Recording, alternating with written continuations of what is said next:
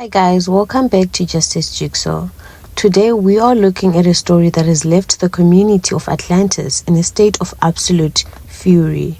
When a 14-year-old girl puts on her school uniform, her only worry should be her grades, not whether she'll survive the walk to the taxi. On February 25th, 2026, the taxi war turned a school gate into a cemetery. This is the tragic story of what happened on Palmer Avenue. On Wednesday, February 25th, 2026, at approximately 2:50 p.m., the final bell had just rung at Atlantis Senior Secondary School. Hundreds of learners were pouring out of the gates into Palmer Avenue in Avondale, heading towards their transport. A white Toyota Quantum taxi was parked directly outside the school gates.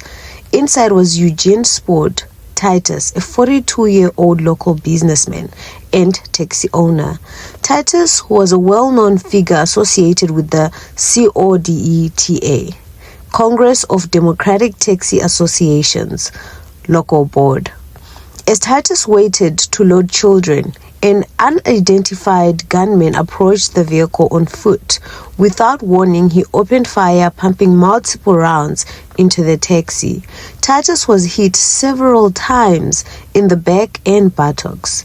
He died slumped over his steering wheel. But the horror didn't stop there. In the chaos of the random shooting, bullets ripped through the schoolyard, and a 14-year-old whose name is being withheld by some local media out of respect, though the community knows her as a bright, promising learner, was struck multiple times in the chest. She collapsed in the schoolyard and died before paramedics could reach her.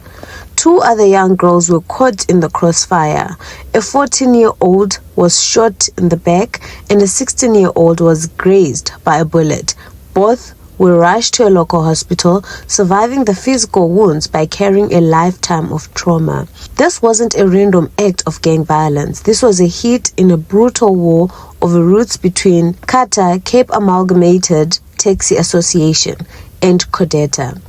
This was actually the second attempt on Eugene Titus' life. Just 5 days earlier, on February 20th, gunmen opened fire on his vehicle while he was traveling with his soccer team along the N7. He survived that day, but his luck ran out at the school gate. Only 24 hours before this school shooting, two other men were executed at the Whitsand taxi rank in Atlantis. The area is currently a red zone. As of this week, here is what is happening. On March 9th, 2026, the Western Cape High Court issued an urgent interdict against CATA and CODETA and several individuals, banning them from intimidating or assaulting other operators in Atlantis and Saxon World. Cape Town Mayor Gordon Hugh Lewis has officially offered a 100,000 rand reward for any information leading to the arrest of the shooters. The Dirty Cops allegation. On March 10th, 2026, Ian Cameron, chairperson of Parliament's Police Committee, dropped a bombshell. He alleged that the violence is being fueled by SAPS officers themselves on taxes in these associations. He claims there is a massive conflict of interest preventing the police from stopping the killings.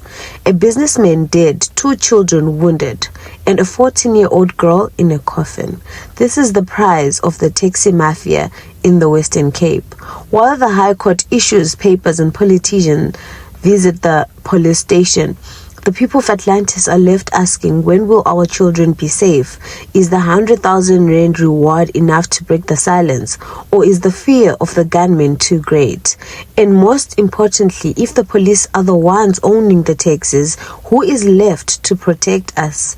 Leave your thoughts below. Let's talk about it in the comments. This is Justice Jigsaw, and we won't stop until every piece of the story is found. Hit subscribe and stay vigilant.